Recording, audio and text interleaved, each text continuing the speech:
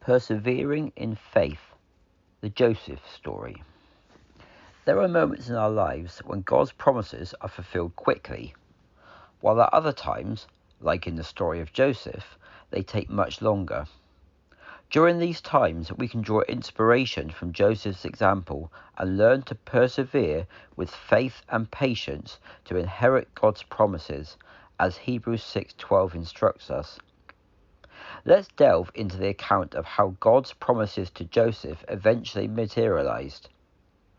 Joseph's story serves as a valuable lesson for us all, emphasizing the importance of clinging steadfastly to God's promises, regardless of the circumstances, and maintaining unwavering faith in his words. Joseph was just 17 years old when he received two dreams, both indicating that his family would one day bow down to him.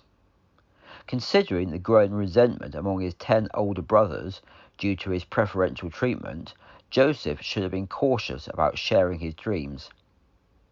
As Jesus wisely advised in Matthew 7 verse 6, "Do not give dogs what is holy, and do not throw your pearls before swine, lest they trample them underfoot and turn to attack you." It's a lesson we should take to heart. When God speaks to us, we don't need to broadcast it to everyone. Not everyone will understand, and while it may sound harsh to liken them to pigs, discretion in sharing God's revelation is crucial. We can only wonder how Joseph's story might have unfolded had he kept his dreams to himself. Stirring up his brother's envy, even unintentionally, proved to be unwise, but God was able to use it to carry out his purpose. Joseph's brothers were so infuriated that they contemplated killing him, saying, "And we shall see what will become of his dreams."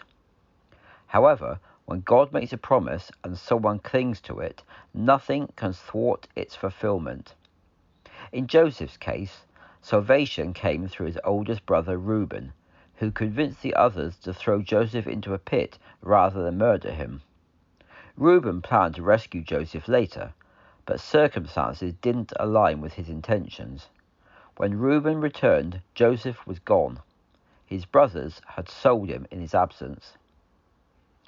Naturally speaking, God's promise to Joseph seemed unlikely to be fulfilled even before he was sold into slavery. Now, in a foreign land, it seemed practically impossible. Yet, as Matthew 19:26 reminds us, with God all things are possible. Unlike Reuben's plan, God's plan was coming together perfectly, and Joseph chose to maintain his faith despite overwhelming circumstantial evidence to the contrary. Joseph exemplified the words of the Apostle Paul in 2 Corinthians 4:16-18. "So we're not giving up. How could we? Even though on the outside it often looks like things are falling apart on us, on the inside, where God is making new life, not a day goes by without his unfolding grace. These hard times are small potatoes compared to the coming good times, the lavish celebration prepared for us. There's far more here than meets the eye."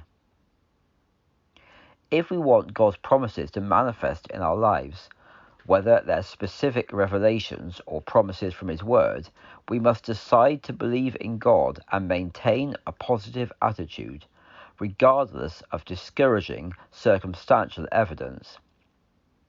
This underscores the wisdom of not sharing our pearls of revelation with those who might undermine our faith. Joseph's circumstances slightly improved while he was in Egypt. Though he remained a slave, he gained favor with his new master Potiphar and was promoted to oversee Potiphar's household. Although God's promise didn't seem any closer to fulfillment in the natural, Joseph's situation was improving. However, temptation soon knocked at Joseph's door in the form of Potiphar's wife. Many Christians yield to temptation with far less compelling reasons than Joseph had to doubt God and justify sinning. They might think, "I thought God was going to help me in this situation, but it seems like he let me down. So why not indulge in sin? It can't get much worse. Discouragement often becomes a convenient excuse for sin. But Joseph didn't succumb. Instead, he remained faithful to God and to Potiphar, resisting the advances of his master's wife. Joseph's faithfulness led to an unexpected outcome. He was thrown into jail. It was far from the blessing he might have expected for doing the right thing. Many Christians might have reacted with disappointment, thinking, I tried to do what was right, and look what happened. Things got worse. I shouldn't have bothered. I should have taken up Potiphar's wife on her offer. Nevertheless, the fact that Potiphar didn't have Joseph executed suggested that God was with him, despite the circumstances suggesting otherwise. The Immerse notes, Potiphar's daughter Asenath swore to him that Joseph was innocent and told him what really happened. Potiphar personally escorting Joseph to prison, as stated in Genesis 39:20, was a display of his high esteem for the young Hebrew and an indication that he did not believe his wife's charge. But whether or not Potiphar believed her, Joseph found himself in a difficult situation. But he did not waver in his faith. Joseph firmly held on to God's promise, a vital lesson for us to learn. Joseph spent the next 10 years in prison, a long time to hold on to an apparently impossible promise from God. Joseph's faith, however, remained unwavering. After a decade, Pharaoh's cupbearer and baker, who were imprisoned alongside him, had dreams, and God granted Joseph the ability to interpret them.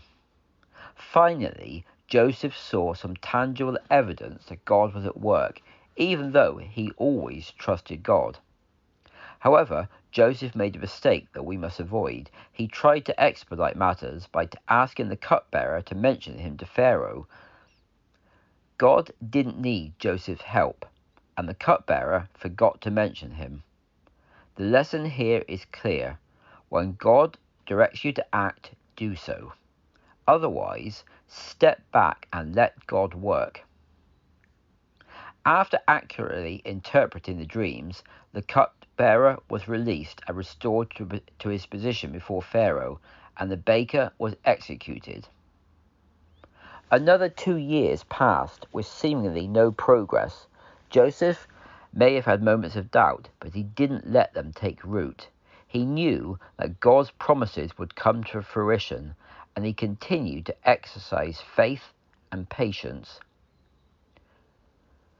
Joseph had been in prison for 12 years, and he had endured 13 years since his brothers sold him into slavery as a 17-year-old.